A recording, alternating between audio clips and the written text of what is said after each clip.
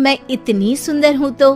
श्रीवास्तव मौसी का जब बेटा हुआ था, उन्होंने तभी ठान लिया था कि अपने बेटे के लिए सबसे सुंदर लड़की का हाथ मांग कर लाएंगी।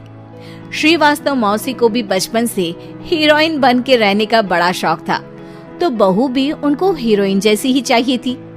एक दिन उन्होंने मिस गाजियाबाद डिम्पल से उसकी शादी करवा दी।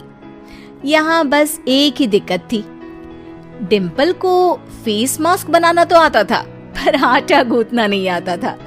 बातें तो पक्की पक्की करती थी, पर रोटियां कच्ची पक्की बनाती थी। कमला बहन, मानना पड़ेगा, आप शहर की सबसे सुंदर लड़की को ब्याह कर ले आई है अपने बेटे के लिए। अब इसमें हमने तो कुछ नहीं किया भाई साहब, सब ऊपर वाले की कृपा है। जी जी, तो क्या क्या कर लेती है आपकी बहू? सब कुछ।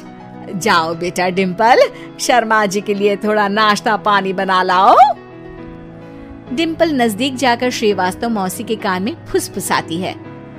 मम्मी जी, नाश्ता बनाना तो नहीं आता, सिर्फ पानी ले आओ। अरे बेटा, तुझे देखने कितने लोग आए हैं, इन सबको पानी पिलाने का ही इरादा है क्या? सुंदर हूँ इसलिए देखने आए हैं। क्या करूँ, मैं इतनी सुंदर हूँ तो आप ही बताओ ना, क्या करूँ मैं? अरे बेटा, कुछ मत कर, खाना बनाना सीख ले बस। श्रीवास्तव मौसी के लिस्ट में सुंदरता सबसे ऊपर आती थी और उन्हें उसी का फल मिला। उनके बेटे अशोक ने एक दिन माँ से शिकायत की। माँ, कैसी बहू ढूंढ कर लाई हो? मैं शाम को थक हार कर घर लौटता हूँ तो मुझे कहती है, आज पेडिक्योर करना है, करवा दोगे? अरे जबकि दिन भर काम करके पाँव मेरे थके थे। अरे बेटा ठीक है ना, धीरे धीरे सीख जाएगी। अरे क्या सीख जाएगी माँ, उससे कुछ भी नहीं आता।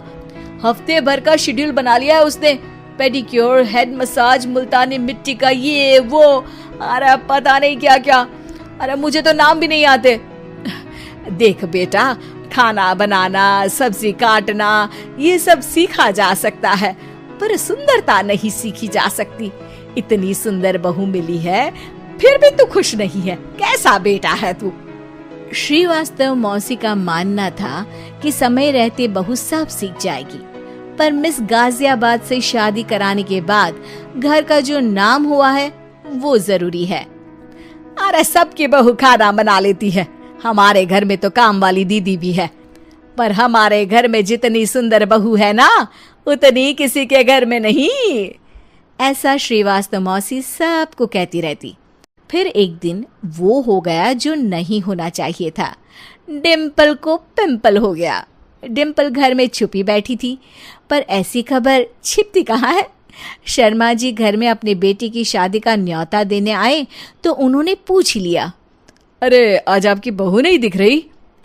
हाँ, वो ना थोड़ा काम में बिजी है, आती ही होगी। और इतने में डिम्पल सही में किसी काम से वहां आ जाती है।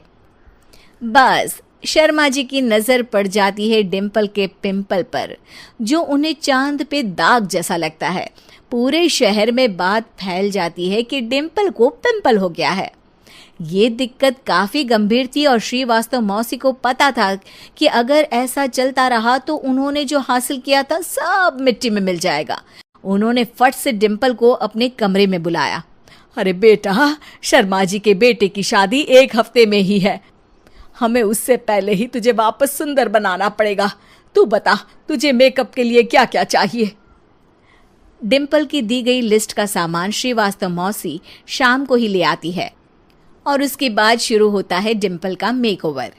1 हफ्ते में सारे क्रीम्स पाउडर टेस्ट हो चुके हैं और डिम्पल और श्रीवास्तव मौसी रेडी हो जाते हैं शर्मा जी के बेटे की शादी के लिए।